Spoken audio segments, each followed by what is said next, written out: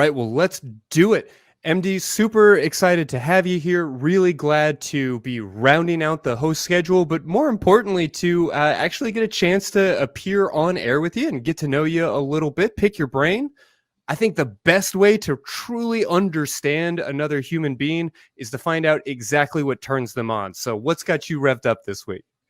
So recently, a couple of my friends, my wife and I, we went and saw this French movie called Titan. Have you seen it? Yeah, absolutely. That actually is what was turning me on a couple of months ago. I love this messy, dirty movie. Tell the audience about it. Okay, so let's see. So there's a woman who's so as a child, you start out see this child, and she gets in a car accident, whacks her head, and needs a titanium plate put in. As one does. As one does, exactly. Flash forward, she's now a go-go dancer at a I don't know, some fancy car lot, car show sort of thing. And she gets harassed by some random dude, and starts coming onto her, and sort of in self-defense, it seems, she stabs him through the air with like a chopstick that she keeps in her hair, right? And turns out she does this a lot, and she's actually like a secret serial killer. But right after she does that, she goes and she has sex with like a Cadillac or something. I don't know what the like physics of that whole interaction are, but that's definitely what happens. It's gripping cinema no matter how you slice it. I have to say, like, on paper, it all seems very strange, and on film, it actually is incredibly strange. But it's a good time, right? Oh yeah, it's great. And let's see, she then gets pregnant with a car baby, and later also has sex with a fire truck, I think.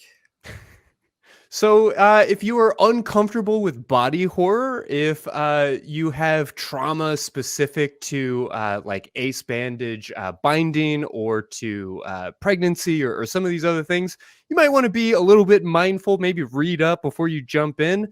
But if you are looking to, I don't know, have a few drinks and throw yourself to the winds of French cinema, this is a good time.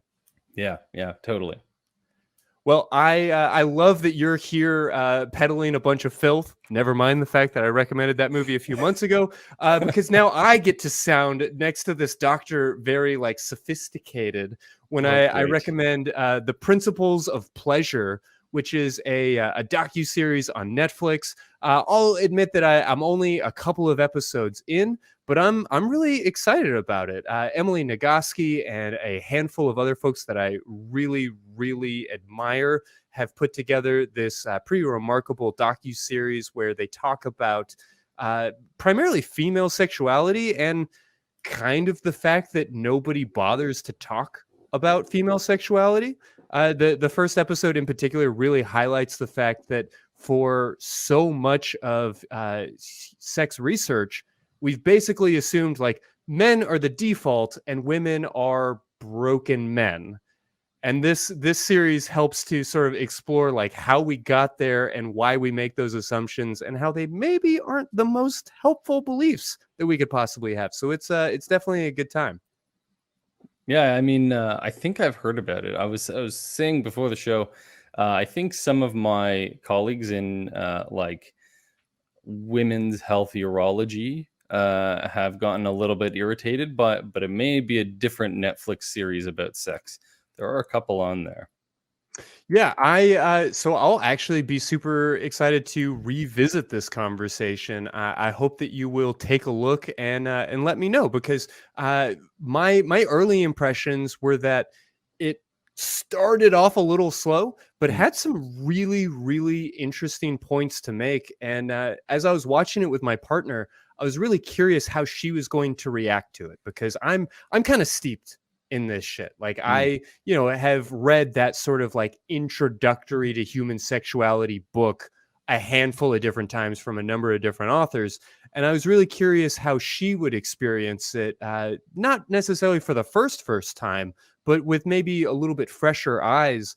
And it was the type of thing that even though I was watching it and she was like cooking and cleaning and kind of hanging out in the background, that we ended up talking about it the next day, and she was bringing it up over and over again. And just the impression that it made on her was pretty extreme. So I guess I just want to really stress that human sexuality, particularly female sexuality, is something that our society has done just a garbage job of explaining and exploring and creating space for conversation about.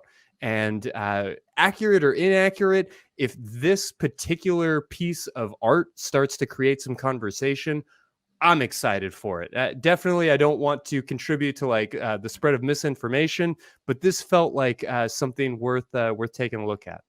Yeah, totally. And they say like all press is good press, right? So if it gets a conversation going, at least there's an opportunity there. Yeah, fair to say.